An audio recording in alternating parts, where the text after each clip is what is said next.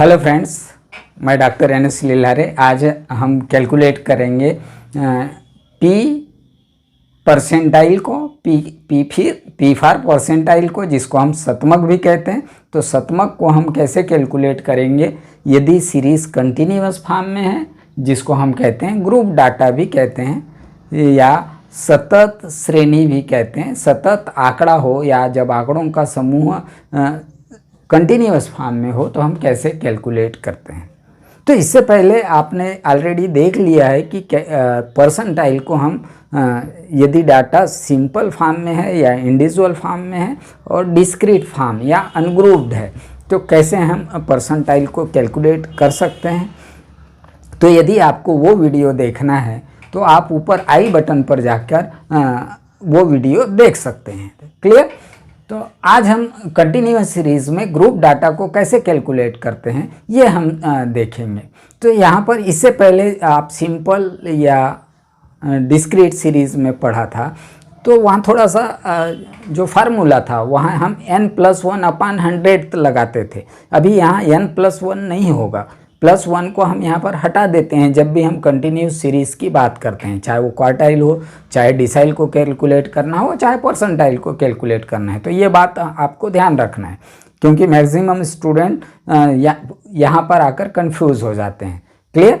तो बिना समय गवाए आपको यहाँ पर जो फार्मूला दिया हुआ है तो यहाँ फार्मूले में हमको कैलकुलेट P65 करना है और एक तरफ मार्क्स दिए हुए हैं, स्टूडेंट दिए हुए हैं और दूसरे तरफ नंबर ऑफ स्टूडेंट दिए हैं। मार्क्स में 0 to 5, 5 to 10, 10 to 15, 15 to 20, 20 to 25। तो इस तरीके से, और 0 to 5 मार्क्स लेने वाले यहाँ पर 3 स्टूडेंट हैं, 5 to 10 मार्क्स लेने वाले यहाँ 7 स्टूडेंट हैं, 10 to 15 मार्क्स लेने वाले यहाँ 20 स्टूडेंट हैं एंड 50 to 20 मार्क्स लेने वाले 12 स्टूडेंट है एंड 20 to 25 मार्क्स लेने वाले 8 स्टूडेंट है। अब जो ये स्टूडेंट की संख्या है इसी को हम कहते हैं फ्रीक्वेंसी। इसी को हम क्या कहते हैं? फ्रीक्वेंसी। फ्रीक्वेंसी का मतलब होता है आवृत्ति। इसको हम क्या कहते हैं? एफ। इसको किससे डिनोट करते हैं? फ्रीक्वेंसी। इसको एफ से डिनोट करते हैं। और इसके आधार पे जब भी हम कैलकुलेट करते हैं कंटिन्यूस सीरीज में तो हमको सी एफ को कैलकुलेट करना होता है। तो सी एफ का मतलब यदि आपको पता नहीं है तो ये संचयी आवृत्ति होता है, कम्युलेटिव फ्रीक्वेंसी होता है। और वो कैसे कैलकुलेट करना है पिछला वीडियो यदि आपने देखा है तो आपको पता है, और नहीं भी देखा है तो कोई बात नहीं। हम यहाँ पर फ्रीक्वेंसीज को जैसे कि वैसे 3 लिख देते हैं, पहला फ्रीक्वेंसी। अब दूसरा जो सी एफ होगा कम्युलेटिव फ्रीक्वेंसी 3 + 7 = 10, 10 + 20 = 30, 30 + 12 = 42, 42 + 8 = 50। तो इस तरीके से हम सी एफ को कैलकुलेट किया। कैसे किया? पहला जो सी एफ था फ्रीक्वेंसी था उसको एज इट इज़ लिखा, फिर 3 + 7 = 10, 10 + 20 = 30, 30 + 12 = 42, 42 + 8 = 50। क्लियर। इतना बात समझ में आ गया। अब हम क्या करेंगे? टोटल करेंगे फ्रीक्वेंसीज का, नंबर ऑफ स्टूडेंट। यहाँ पर फ्रीक्वेंसी यानी क्या है? Number of student. तो टोटल कर लेंगे तो 3 + 7, 10 + 20 30, 30 + 12 42, 42 + 8 क्या हो गया यहाँ पर? 50। तो यहाँ पर समेशांक एफ जिसको हम कहेंगे एन बराबर ये क्या हो गया? 50। तो ये जो 50 आया हमारा टोटल फ्रीक्वेंसी का, और ये कम्युलेटिव फ्रीक्वेंसी का लास्ट डिजिट, ये दोनों भी सेम आना चाहिए तभी आपका सी एफ सही है, ऐसे हम मानेंगे, अदरवाइज आपको करेक्ट करना होगा। क्लियर। अब देन जो फार्मूला है इसका वो है, अब यहाँ पर हमको क्या कैलकुलेट करने बोला गया है? P65। तो हम यहाँ पर लेंगे P65 = साइज ऑफ 65 × n/100। इससे पहले आपने सिंपल और सिंपल सीरीज और डिस्क्रीट सीरीज देखा था परसेंटाइल को कैलकुलेट करने का, तो n+1 लिखे थे। यहाँ n+1 नहीं आएगा, यहाँ पर n/100 ही आएगा, क्योंकि ये कंटिन्यूअस डाटा है। Observation clear. अब हम यहाँ पर साइज ऑफ 65 अब n कितना है, how many n, number of student कितने हैं यहाँ पर 50 divide by 100 observation.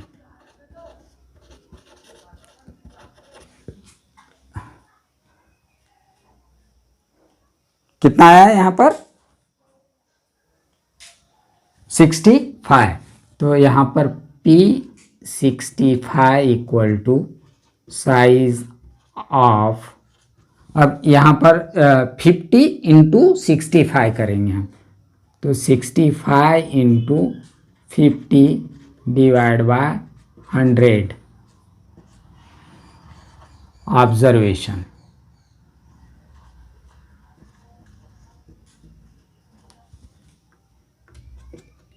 Size of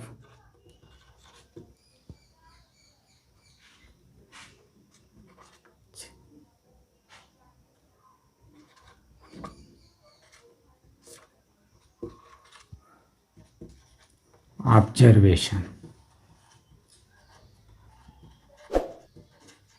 है ना। 65 इंटू 50 करेंगे तो ये आएगा 3250 डिवाइड बाय 100, तो देन साइज ऑफ, अब हम 3250 को डिवाइड करेंगे 100 से, तो हमारा जो आएगा वो 32.50 था ऑब्जर्वेशन।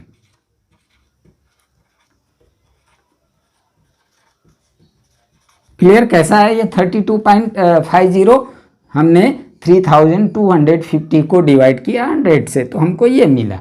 अब यहाँ पर P65, ये P65 बराबर साइज ऑफ 32.50 ऑब्जर्वेशन। तो यहाँ हमको क्या करना होगा कि P65 कौन सा वैल्यू होगा, 32.5 जो साइज का जो भी यहाँ पर मार्क्स आएंगे वही क्या होगा आपका जो वर्ग अंतराल मिलेगा या जो वैल्यू मिलेगा उसके ही अंदर क्या होगा कि P65 होगा। तो इसको कैलकुलेट करने के लिए हमको नेक्स्ट फार्मूला पर जाना होगा। तो यहाँ पर हम लिखेंगे एक लाइन, वो लिखेंगे 32.50 observation lies in CF of। अब 32.50 जो ऑब्जर्वेशन है वो ऑब्जर्वेशन सबसे पहले किस CF में आया है ये हमको देखना होगा। देखिए यहाँ भी नहीं है, यहाँ भी नहीं है, यहाँ भी नहीं है, ये यहाँ पर है 32.5 जो आइटम है या ऑब्जर्वेशन है ये 42 CF में कहीं ना कहीं पर है। अब इससे रिलेटेड यहाँ पर इससे रिलेटेड जो ग्रुप है यहाँ पर या क्लास इंटरवल है वो 15 से 20 है। तो यहाँ पर लिखेंगे हम कि लाइज इन CF ऑफ 42, कहाँ पर आया है ये 42 CF में आया है, एंड इट्स 42 इट्स जो परसेंटाइल क्लास है, परसेंटाइल क्लास या जिसको हम कहेंगे यहाँ पर class interval, and it's percentile class is कितना है 15 से 20, 15 से 20। So applying following formula. अब सो अप्लाइंग फॉलोइंग फार्मूला, तो वो फार्मूला है P65 equal to L1 plus L2 minus L1 upon F into the bracket P65 minus C। क्या है? P65 minus C।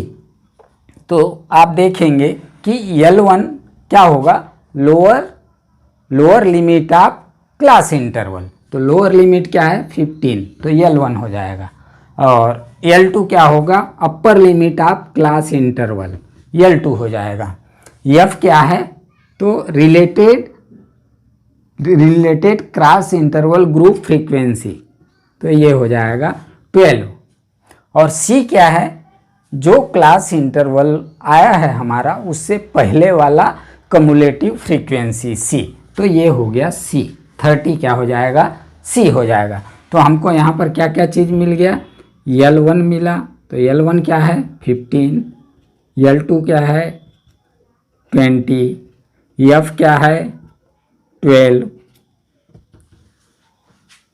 P65 क्या है यहाँ पर? तो P65 आपको मिला है 32.50 और C क्या है यहाँ पर? 30। इतने चीज़ हमारे जो फार्मूले में है वो सारे वैल्यू हमको मिल गए। अब उन वैल्यू को हम अप्लाई कर देंगे अपने फार्मूला में। तो then P65 equal to L1 मतलब 15 प्लस L2 माइनस L1, तो L2 क्या है? 20 माइनस 15 डिवाइड बाय F क्या है? तो 12 है यहाँ पर, इनटू द ब्रैकेट P65 का वैल्यू आया हमारा 32.5 माइनस C क्या है यहाँ? C है 30। समझ में आया? जो वैल्यू हमने लिया था उस वैल्यू को हमने ये फार्मूले में क्या कर दिया? अप्लाई कर दिया। अब क्या होगा? 15 plus 20 minus 15, it means 5 divide by 12 into the bracket 32.5 minus 30 equal to 2.5। Clear? समझ में आया? अब क्या हो जाएगा यहाँ? 15 प्लस हम 2.5 इंटू 5 करेंगे, तो ये हो जाएगा 12.5 डिवाइड बाय 12। ये क्या हो जाएगा? Divide by 12। क्या हो जाएगा? ये डिवाइड बाय 12 हो जाएगा। क्लियर? तो अब क्या करना पड़ेगा आपको? 12.5 डिवाइड बाय 12 करेंगे तो आपको जो नया जो डाटा मिलेगा वो डाटा हो जाएगा आपका क्या बोलते हैं हम? ये डाटा आपका हो जाएगा 15 प्लस 12 1 जा 1 0.4। क्या हो जाएगा? ये हो 0.4 हो जाएगा। क्लियर? अब इसको हम टोटल कर देंगे तो ये हो जाएगा 15 प्लस 1.4 तो 16.04। तो यहाँ पर जो P60 का वैल्यू क्या आया? P65 का वैल्यू आ गया आपका 16.4 मार्स। तो इस तरीके से आप P65 को क्या कर सकते हैं? कैलकुलेट कर सकते हैं, जैसा आपने इससे पहले क्वार्टाइल में किया या डिसाइल में किया। Very easy. इस तरीके से आप चाहे P65 यहाँ पर दिया हुआ है या P70 हो, P20 हो, P30 हो, कोई भी वैल्यूज़ को आप ये फार्मूले के आधार पर, और ये फर्स्ट फार्मूला हो गया। और ये सेकंड फार्मूला हो गया। ये दो फार्मूला को अप्लाई करके आप परसेंटाइल को इजीली कैलकुलेट कर सकते हैं या ज्ञात कर सकते हैं। तो मिलेंगे नेक्स्ट वीडियो में।